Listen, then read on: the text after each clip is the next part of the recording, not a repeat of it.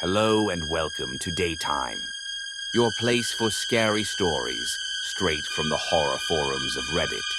Make sure to like and subscribe for more horror tales of things that go bump in the night. On tonight's episode, a woman working at a diner is visited by a stranger with a dark secret. So, where are you from? Because Samuel came from a strange place.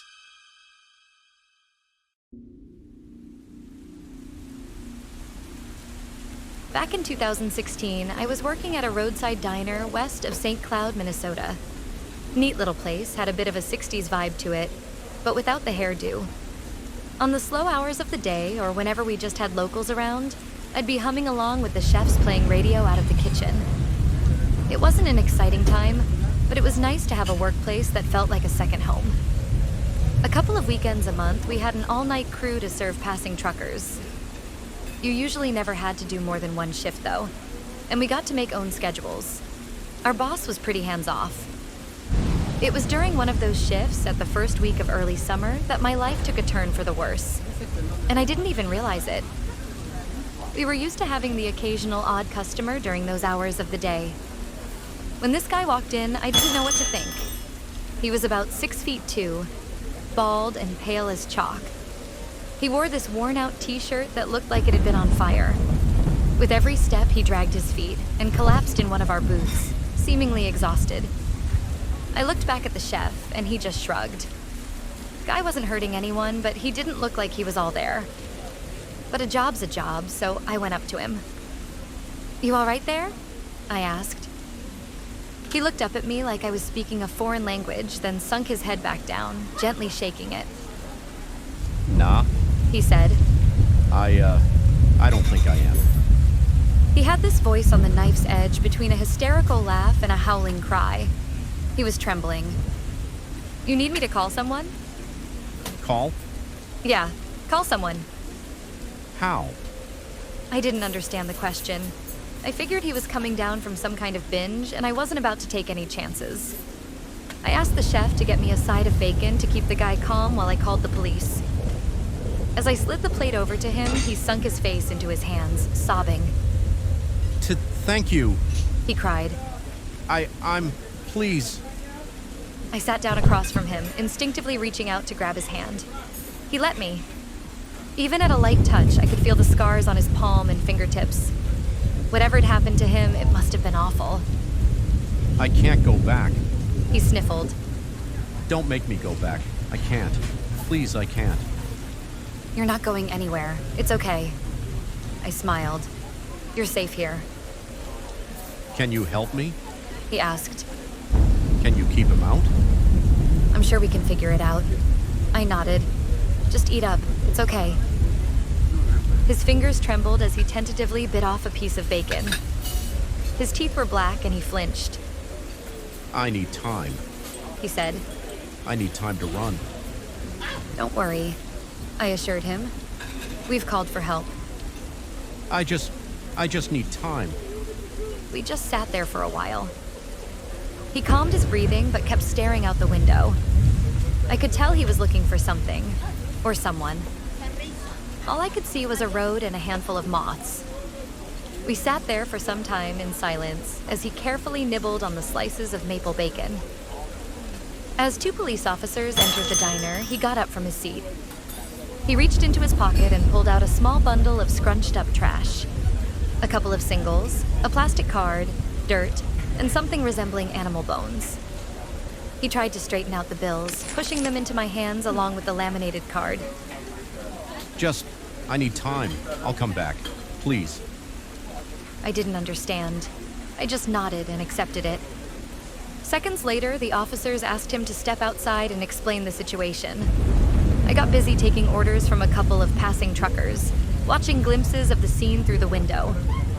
A couple of minutes later, the strange man was taken away. My shift ended at sunrise. I dragged myself to my car with a yawn, shuffling around my pockets for the keys. I hadn't thought much about the items he'd handed me, but I took a closer look. I'd thrown away the animal bones and dirt, but there were a couple of dollar bills and that laminated card left. I checked the card first. It looked like some kind of bookmark. On one side, it was completely white, and on the other side, there were dried blue flower petals arranged in a spiral. Kind of reminded me of a sunflower. And finally, there were the dollar bills. I didn't pay much attention to these at first. Just a couple of singles. But after a closer look, I noticed something unusual. There was a man on the bill that I didn't recognize. It took me a couple of Google searches to realize that this man was Walter Mondale, the man who'd lost to Ronald Reagan's second run for president back in '84. Why was this man on a $1 bill? Before heading to bed, I put the items down on my nightstand. In a moment of silent wonder, I looked out the window. What had that man been looking for? What had he been running from? There was nothing out there, just a couple of moths. Waking up the next morning, I had a full day off. I spent it cleaning my apartment, watching movies, having dinner with a couple of friends, and ending the night with a couple of drinks at the pub down on the corner. No binge or anything, just got a bit boozy. I was still gonna be in bed by midnight. I took the scenic route home, a long walk, all the way down Main Street, past the lake. I took a shortcut through the park by the final stretch, speeding up a bit. That place was trouble. As I hurried by the fountain, I spotted someone in the distance, a shrouded figure at the edge of the streetlights. I stopped to observe for a second, but as I did, the lights flickered. Coming back on, the figure was gone. I chalked it up to imagination. I was a bit drunk after all. Besides, it was small, like a child. What the hell would a kid be doing out at this hour? A couple of days passed. I didn't notice anything unusual, but I kept coming back to that distressing feeling of missing something important. Looking back at it now, I just feel dumb.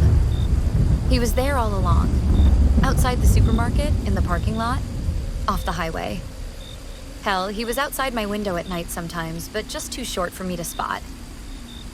I'm getting ahead of myself. It wasn't until one morning when I was driving to work that I got a clear view of him.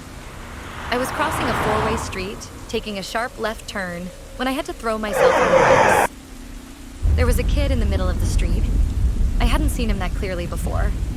He was probably around 6, maybe 7 years old, wearing a plain black shirt and a pair of light blue canvas pants. Short black hair, dark eyes, and no shoes. That particular detail stuck with me. No shoes? Why? I almost lost control, but I was lucky. There wasn't much traffic, and I managed to stop further down the road. There were black lines in the pavement from my screeching tires swerving back and forth. Regaining my composure, I looked in the rearview mirror. The kid was gone, but that was just the start. I'd spot him every now and then, looking out the window at work, at the gas station, a passing face in the crowd when shopping for groceries. Every now and then, something would pull on my attention, forcing me to whip my head around, looking for the source of that ill feeling crawling up my spine. Sometimes I saw him. And even worse, sometimes I didn't. I remember lying awake at night, hearing moths tap against my window. There was nothing else. Nothing outside. I patrolled my apartment 6 times, checking every window. I'd looked everywhere, and there was no reason for me to feel the way I did. I was growing paranoid. And yet, in the morning, my front door was unlocked and slightly open. It all came to a head one afternoon when I was out on my smoke break. I'd barely slept for the past 3 nights, and you could kind of tell I was having a bad day. As I stood there leaning against the side door of the diner, I see the kid again. This time just across the road, maybe 50 feet or so away. I'd had enough. This had to end. I was furious. I stormed forward, calling him out with every slur and curse I could think of. I was psyching myself up. I was in the right, and I refused to be harassed anymore, kid or not. Didn't matter. I crossed the road, barely dodging a speeding Jeep, and met him face to face. "What the hell do you want?" I'd yell. "Why are you following me?" He was completely expressionless. He didn't even flinch, no matter how much I pointed or screamed. I snapped my fingers in front of his eyes, and he didn't even blink. He just stared at me, like a porcelain doll head on a swivel. I wasn't thinking about the bystanders, though. A couple of middle-aged men stepped up, asking in no kind terms what the hell was wrong with me. I was held back and restrained. Someone called the police. Someone else called my manager. I'd forgotten to take off my apron so they could see the diner logo. A couple of people filmed it. One of the videos got like 120,000 views in a day before it fell off the map. I still see it as a react gif sometimes. It was a disaster. After a couple of officers came by to talk to me, he'd just disappeared into thin air. The officers took me down to the station. Not to detain me, but to get me away from the heated crowd. That car ride downtown sobered me up to what the hell was going on. I was being stalked by this kid, but there wasn't a living soul out there that would believe me. Well, maybe one. Maybe. I was asked a couple of questions and released within about half an hour. They told me to go home and sleep this whole thing off. That wouldn't be a problem. I didn't have a job to go back to anyway, according to the many texts I'd gotten. I had all the goddamn time in the world. I was just about to leave when something came to mind. The two officers who'd picked me up were still waiting by their car when I turned back to them. "Sorry, you picked up the guy I called in about at the diner, right?" I asked. Sure did. "You got any idea what happened to him?" The two looked at one another for a moment, shrugged, and turned to me. Didn't have any ID and gave a fake name. I think they took him to psych. Psych? Well, he was saying some, strange things. There were interviews with The two quieted down and flashed me a smile. There's not that much we can say. Coming home, I decided to get to the root of this. It didn't take me that long to find the place where the guy'd been taken. There aren't a lot of mental health facilities in this part of the country, especially facilities that accept involuntary subjects. But my eyes kept drifting back to the strange dollar bills he'd given me, resting neatly on my nightstand. They were so detailed. A bit old, sure, but that only made them seem more genuine. What the hell was he doing with a handful of clearly fake dollar bills? Like, what's the purpose? There had to be a purpose. That unnerved me. I managed to arrange a meeting. It wasn't easy, and I think a lot of it boiled down to the police having no idea what could make this guy talk. For some reason, he kept providing them with false information. Maybe a familiar face, for one reason or another, might make him talk. Just a couple of days later, I was putting my items in a metal bowl on the second floor at a mental health institute in the next town over. I asked one of the nurses if I could keep one of my dollar bills. Apparently, that was okay. I was shuffled through a couple of locked doors and escorted to an off-white side room. No decor, no locks. The guy was already there. He'd been dressed down into these neutral eggshell white garbs. It was strange seeing him in a lit-up room like this. I didn't know what to expect. Getting a closer look at him, he was probably in his 50s. It had been hard to tell earlier. I couldn't get over just how pale he was. It was almost a complete lack of pigment.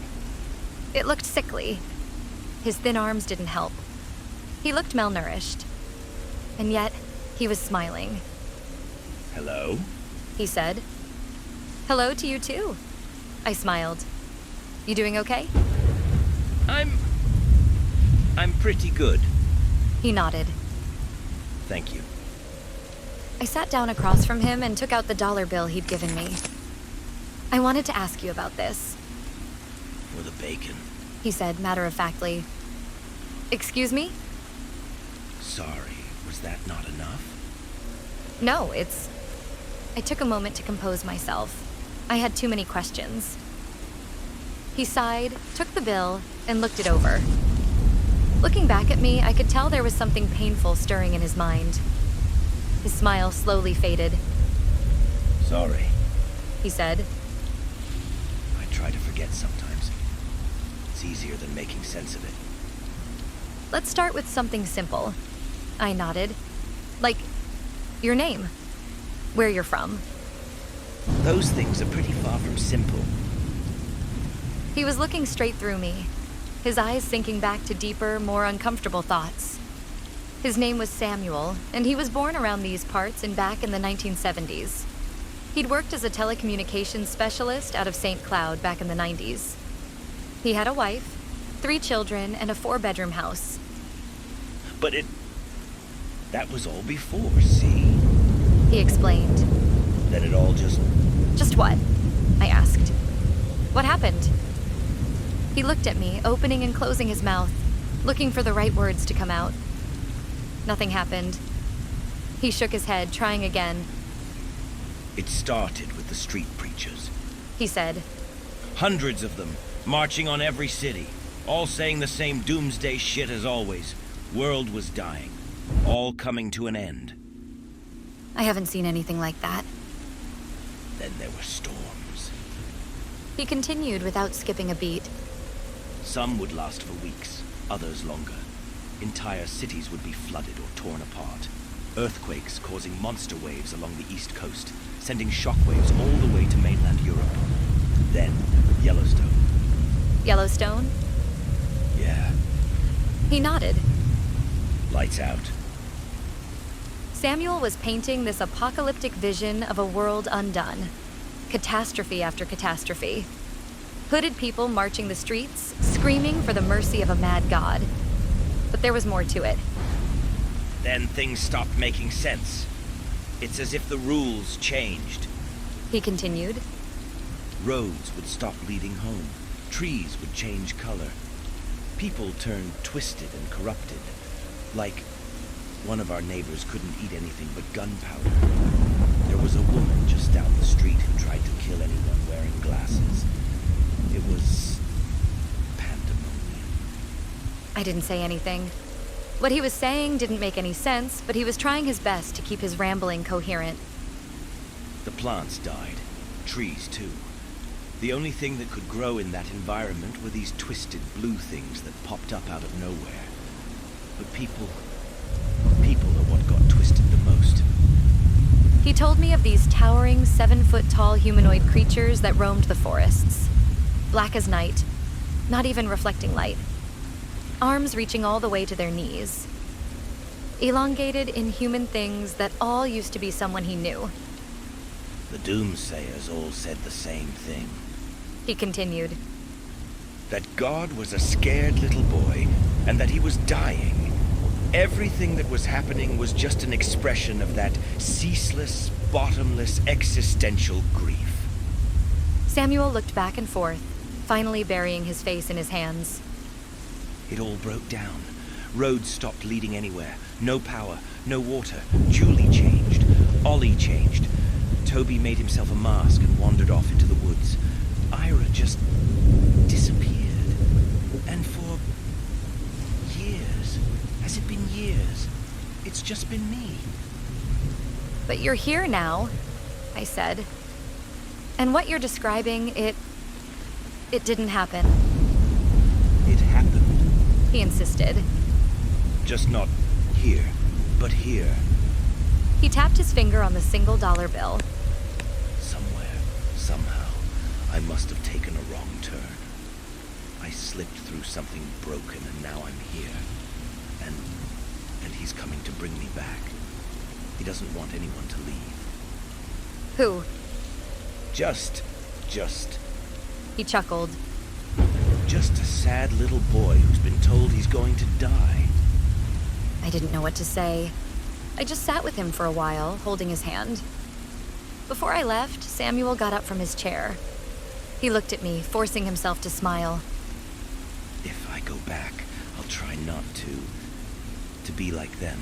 I'll try, and I'll be the one to say something. He let out a painful little laugh, shaking his head. Maybe just a hello. I left that day with more questions than answers. I couldn't picture the world he'd lived through. Then again, how could it be true? None of it had happened. But what was he gaining from lying about it? That was the last time I saw Samuel. A few days later, he went missing, as if he'd disappeared into thin air. I didn't know what to think of it. There was nothing on the cameras. No one entering or leaving the building. No quick escapes, no clever plans. He'd just walked into his room and disappeared. Nothing left but a couple of moths fluttering about. And for a while, that was it. That was the end of the story. I got busy looking for a new job, and all the little items given to me by Samuel was put away into a little box in my glove compartment. Life soldiered on, and no matter how many questions I had, there was no one around to answer them. Even the strange kid that had been following me was, seemingly, gone. A couple of months later, I was driving home from a friend's place.